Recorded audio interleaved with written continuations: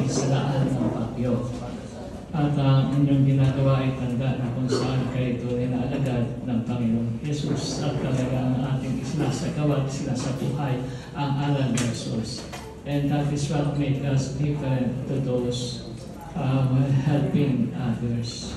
Kayo ay dahil alagad kayo ng simbahan, alagad kayo ni Jesus. Ang ginagawa na kung saan dala ng inyong pagmamahal, pagmamalasakit. And of course, there's no return, monetary, material, but the return is heavenly. At ito ay grasya ng Diyos.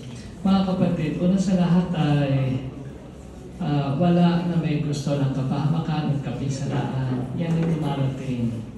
Yan ay, masasabi natin, ay merong mensahe ang Diyos na dapat nating pag-aralan, dapat nating tignan. At sa mga kapisalan